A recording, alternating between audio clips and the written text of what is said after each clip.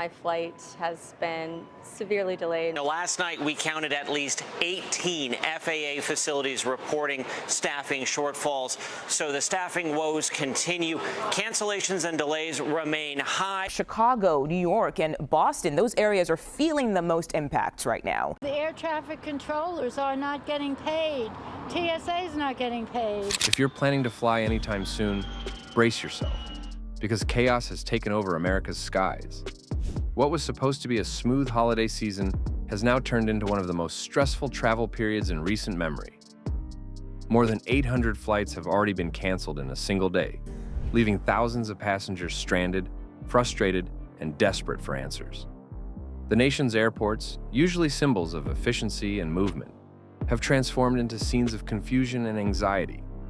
The ongoing government shutdown has forced the FAA to slash flights, triggering delays and cancellations across nearly every major hub in the United States. From business travelers missing critical meetings to families separated during the holidays, the disruption is personal, painful, and growing worse by the hour. Air traffic controllers are still guiding flights, but they're doing so without pay, under intense stress, and with fewer colleagues available to share the burden.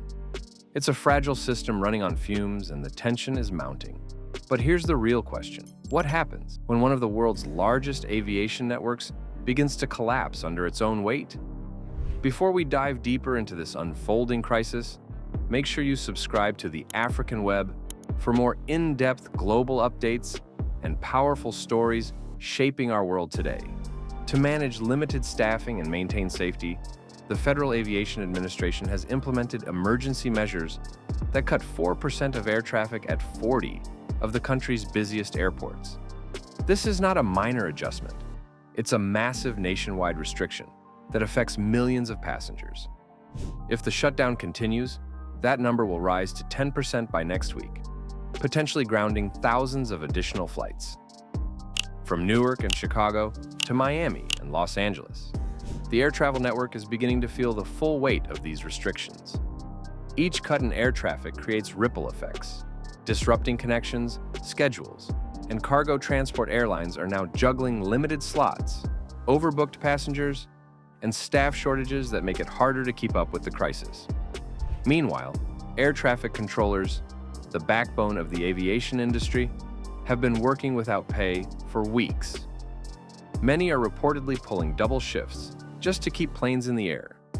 Fatigue is setting in, and with each passing day, the risk of error grows. The FAA also reports severe staffing shortages at key air traffic control centers managing flights over Newark, Boston, and Southern California, three of the busiest flight corridors in the country. The situation has become so dire that even minor weather disruptions could lead to complete shutdowns in certain regions. America's aviation backbone is buckling under the pressure, and unless the shutdown ends soon, this could evolve into a full-scale transportation emergency. At Newark International Airport, chaos has become the new normal. Passengers are describing the experience as nothing short of a nightmare. Canceled flights, sudden rebookings, and lines that seem to stretch endlessly through the terminals. Families are sleeping on airport floors. Others are anxiously refreshing their phones for updates that never seem to come. One woman shared her frustration after being rebooked in the middle of the night from one airport to another, only to find that her new flight left an hour earlier than the original one. Out of options, she decided to rent a car and drive all the way to Utah just to get home, a journey that would take her days instead of hours. The warnings from airline staff and TSA workers have been chilling. Several passengers reported being told outright not to travel for the next few days, as cancellations and delays are expected to worsen. "If I were you, I wouldn't travel," one TSA agent reportedly said, advice that few travelers expected to hear at the height of the holiday season. The uncertainty has spread through every corner of the airport. Families are debating whether to wait or cancel. Business travelers are calling clients to reschedule meetings, and airline counters are overwhelmed with people demanding answers. Even for those lucky enough to board their flights, the anxiety lingers. What if their return flight gets canceled? The fear of being stranded somewhere far from home has now become the new travel reality in America. Experts are now stepping in to help travelers navigate this unpredictable storm. Haley Berg, the lead economist at Hopper, one of the world's most trusted travel apps, explained that traveler anxiety began to rise even before the FAA made its announcement. Since then, the numbers have skyrocketed. Hopper has recorded a 60% increase in travelers purchasing disruption protection before the shutdown and another 40% surge in just the last 48 hours. It's clear that passengers are preparing for the worst, knowing that their next flight could be delayed or canceled without warning. Berg emphasizes the importance of preparation. Download your airline's mobile app, enable text alerts, and track your flight in real time using the "Where's My Plane" feature. She also recommends identifying backup routes before even arriving at the airport, as long queues at customer service desks are expected to last for hours. Airlines are trying to offer flexibility, with most now allowing free rebooking or refunds. But the system is overwhelmed. Some airline CEOs even suggested that passengers buy backup tickets on other carriers. Advice that sounds reasonable in theory, but is nearly impossible for the average traveler who cannot afford to pay twice.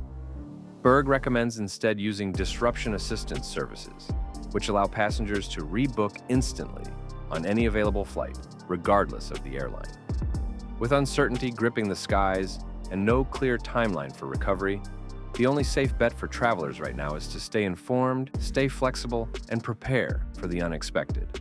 America's air travel system stands at a crossroads, one that could define how the country handles crises in critical sectors. Airlines are doing their best to adapt, but the sheer scale of disruption is overwhelming even the largest carriers. Every flight cancellation sends shockwaves through the entire network, affecting other flights, connecting routes, and even cargo deliveries. What's even more troubling is the timing. The holiday season, typically a period of reunion and celebration, is now turning into a logistical nightmare for millions. Families are stuck apart, travelers are losing money on hotels and bookings, and airport staff are burning out from endless shifts. The ripple effects of this shutdown are not just logistical, they are deeply human. For now, the only thing certain about air travel in America is uncertainty itself. How long can this fragile system hold before it completely collapses? And if this crisis continues, what will be the long-term cost to public confidence in air safety and government efficiency? The story of America's skies has turned into a warning, a reminder that when systems fail, people pay the price. What would you do if your flight was canceled without warning and your plans turned upside down overnight? Would you take the risk to fly or choose the long road home instead? Share your thoughts in the comments below. And don't forget to like, share, and subscribe to the African Web for more powerful stories and in-depth analyses from Africa and around the world.